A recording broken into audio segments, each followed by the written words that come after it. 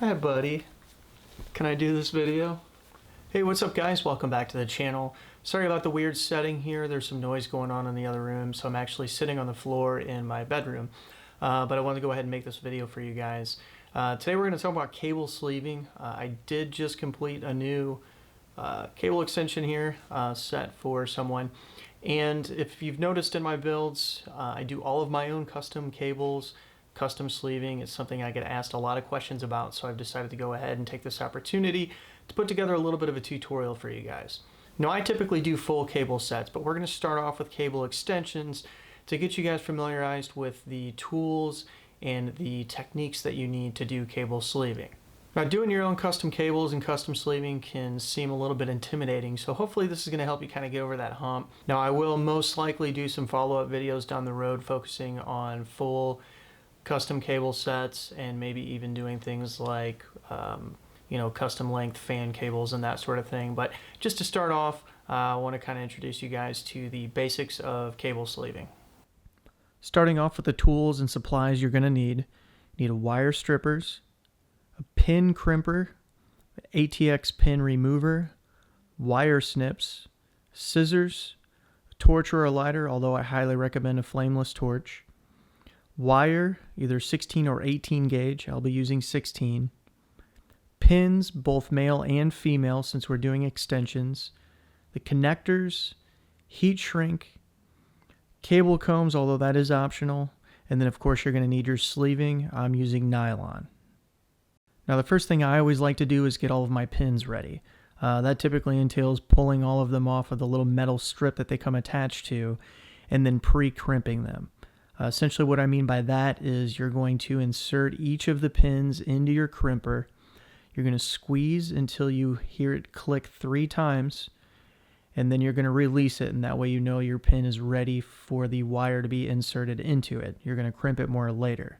The second thing that I do is I like to cut all of my wire to length.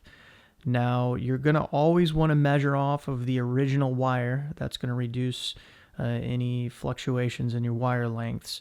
But I highly recommend when you're doing extensions, because precision is key, to go ahead and order some precision cut or pre-cut wire so that you don't run into any issues with your extensions not looking right when you're finished with them. Now, when you're cutting your wire, if you want to get that nice curvature and a consistent curve in your extensions, your inner wires you want to cut about 10 millimeters shorter than your outer wires. That way they will lay on top of one another nicely, and you'll get that nice curve that everybody likes to have with their extensions. The next step is simple. That's just simply stripping the ends off of the wire. I do like using this particular type of wire stripper so you get a consistent strip on each wire. Now, for the female ATX pins, you're going to be stripping off about 5 millimeters from the end. And then for the male end, you're going to be stripping off about 3 millimeters. So now that you've got your pins ready and your wire is stripped, you can go ahead and insert the wire into the pins and crimp them down. Now, what you'll notice is that you have a larger and then a smaller opening. The larger opening is to crimp down onto the insulated portion of the wire, and then the smaller section, which is closer to the end of the pin, is going to crimp down onto the bare wire portion. So that's going to hold it snugly in place. That's another nice thing about using 16 gauge wire, is that the wire fits very snugly into your pre-crimped pin. And then you just do this on both ends for both male and female, and you do it for all of your wires. So now that you have all of the pins crimped onto the ends of your wires, you're ready to start the sleeving process. Now, I should note, if you're not interested in purchasing some of those tools or going through the hassle of everything we just went over, you are able to purchase wires that are already pre-cut and have the pins pre-crimped on them, so that the only thing you have to worry about is the sleeving portion, which is what we're about to go over. Now, the only tools that you're really going to need for the sleeving part is your scissors, your torch, and your snips. Now, you may need some other stuff you have lying around, but as long as you keep those 3 things handy, you should be fine to get through this portion of the sleeving process. Now, the first thing you're going to want to do is cut your sleeving to length. You can essentially lay it next to the wire. You're going to want to cut it off about halfway down the pin. General rule of thumb, you want to go a little bit on the longer side. You never want to have to stretch the sleeving because you run the risk of it pulling away from the pin after you've melted the end. Now this is the part where you need your heat shrink. I always have mine kind of pre-cut and ready to go. I cut them to about 1 centimeter lengths. There's no real rule of thumb as how long it needs to be. Since we're cutting it away anyway, it doesn't really matter, but that's generally how I cut mine. So you just slide that piece of heat shrink over the sleeving, just far enough to where you're leaving a little bit of the tip showing on your sleeving, and that's the portion of it that you're going to focus on melting. Then you're going to heat up your torch and bring it up, as close as it needs to be until you start seeing the end of that heat shrink melt. Just look at it very closely. It'll pretty much show you when it's ready to take the heat off of it. But essentially, your that heating process is also going to shrink the tip of that sleeving around that pin so that it holds on there snugly.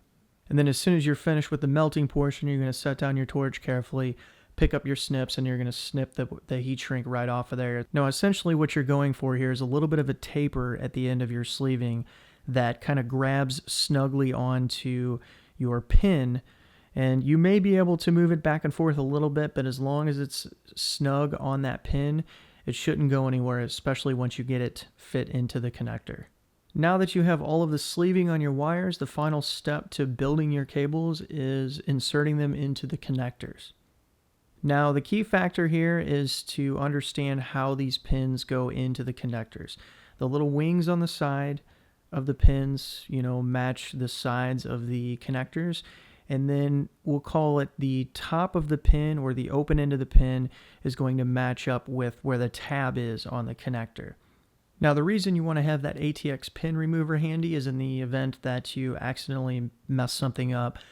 Maybe you stuck a pin in the wrong portion of the connector, or maybe after getting the pin in the connector, you see that maybe your sleeving doesn't look right and you want to redo it.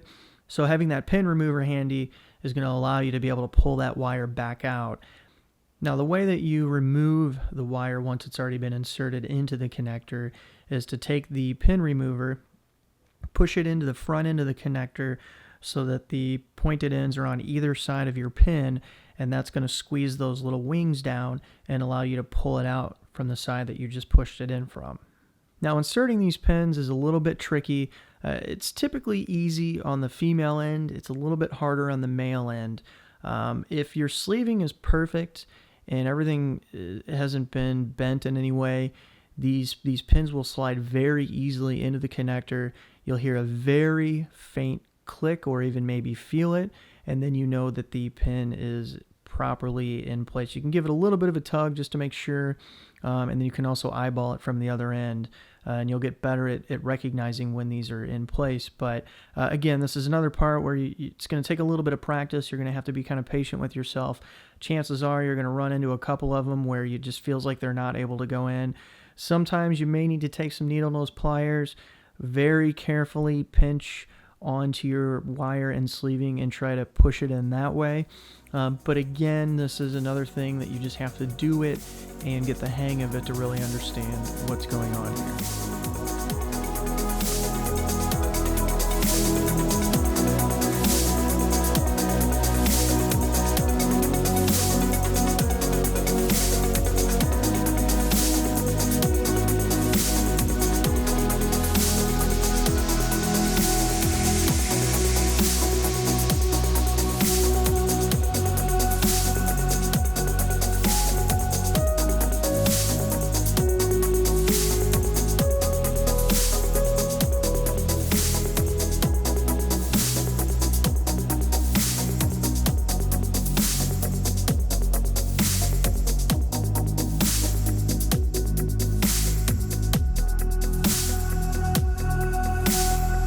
Now, the very last thing you're going to do before you actually use your cables, and I think this is a very important step to take, is make sure you closely inspect your extensions.